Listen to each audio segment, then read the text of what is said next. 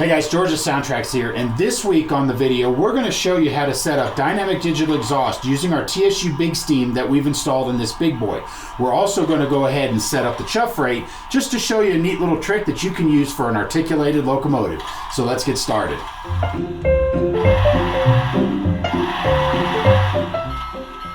Now first up is the dynamic digital exhaust. Now when you're setting up the dynamic exhaust, what this is doing is this is allowing the decoder to read the load on the motor and will adjust the tone and intensity of the exhaust chuff based on what the locomotive is doing.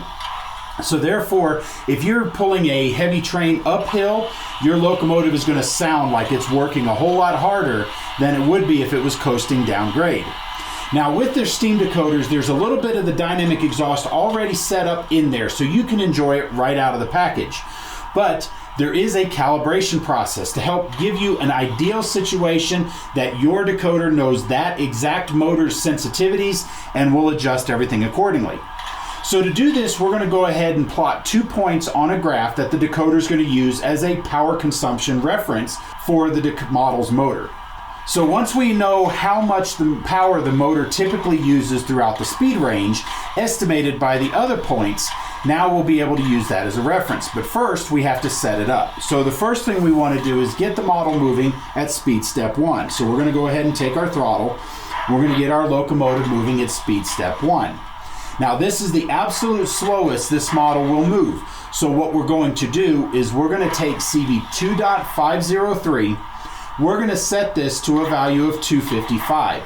And at that point, the decoder is going to interrogate the motor, read the current draw, and plot that first point. So to do this, we're going to go ahead and program using ops mode programming. We're going to set CV32 to a value of 2. Now this is the 2 dot part of CV 2.503. For more information on indexed CVs, see our video on indexed CVs listed in the description below. Now we're going to take CV503 and we're going to set that to a value of 255. And at that point, the decoder interrogates and decides how much power that motor is using.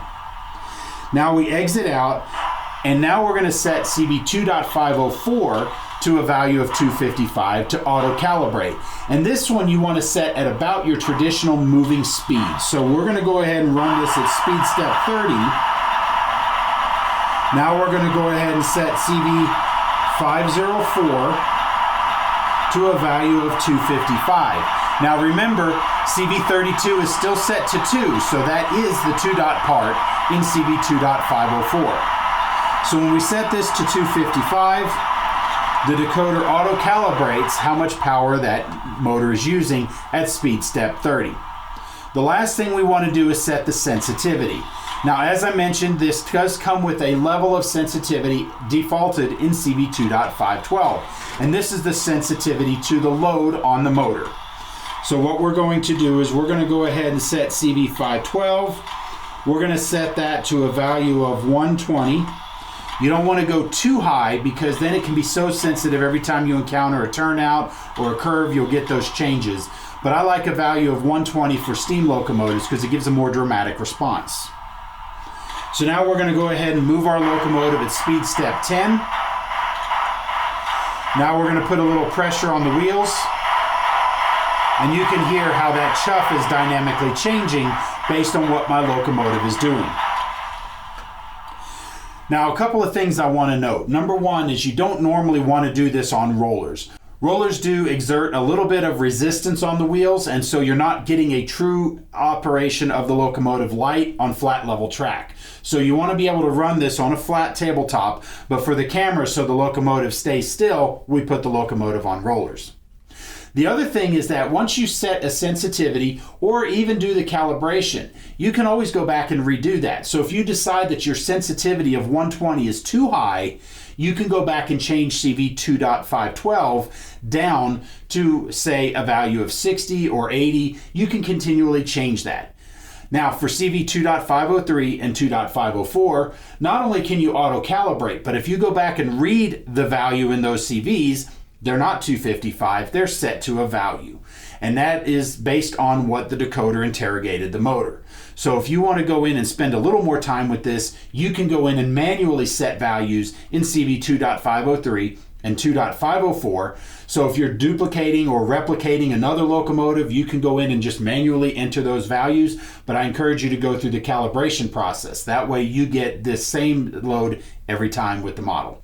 Now the next part, we're going to go ahead and set the chuff rate. Now with our TSU Big Steam, we're going to go ahead and turn the sound back on. One thing you'll notice is that you're still getting that articulated chuff. So you're still getting that chuff chuff, chuff chuff, chuff chuff, chuff chuff sound. So it can make it a little hard to set the chuff rate. So what we're going to do today is we're going to go ahead and take CV112, we're going to set it to a value of 0. And the reason for that is it not only takes away that articulated chuff, but now we can set that calibration process a little bit better. So what we're going to do is we're going to run this at about speed step 5, and we're going to count the chuffs per revolution. Now CV114 is where our chuff rate is set, and the default on that is a value of 57.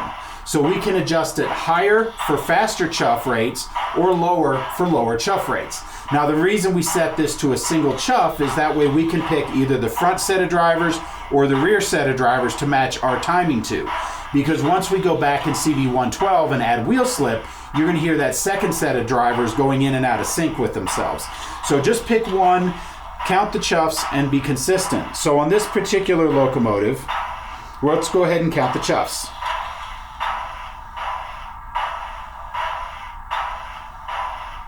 So I'm getting 4 chuffs for about every 1 1/4 revolution. So we want to increase that up a little bit. So we're going to take CV112, and again, this is trial and error. So try it out. We're going to take it to a value of 75 and see what that does.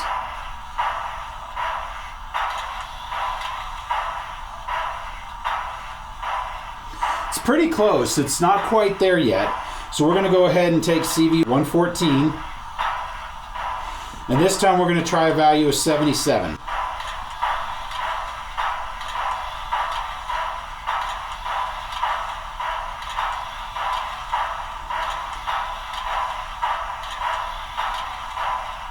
It's a little bit fast. So now we're going to take CV114. We're going to set it to a value of 76 and try it out again.